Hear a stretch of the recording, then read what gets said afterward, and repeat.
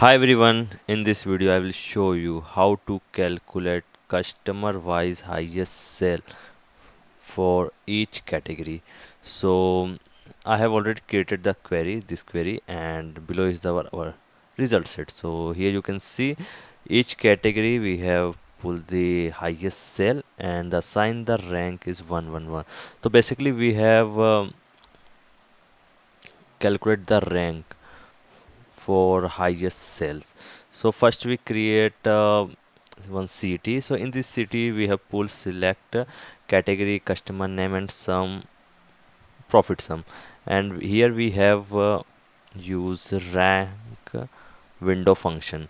So in this we have simply rank over. So over basically create a window, partition by. So partition by basically part uh,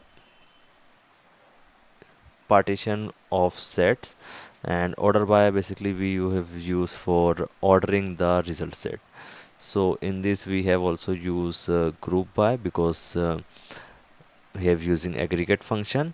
So this is our CTA. The name of this CTA is new, and we have simply pulls select stuff from CTA where category rank 1.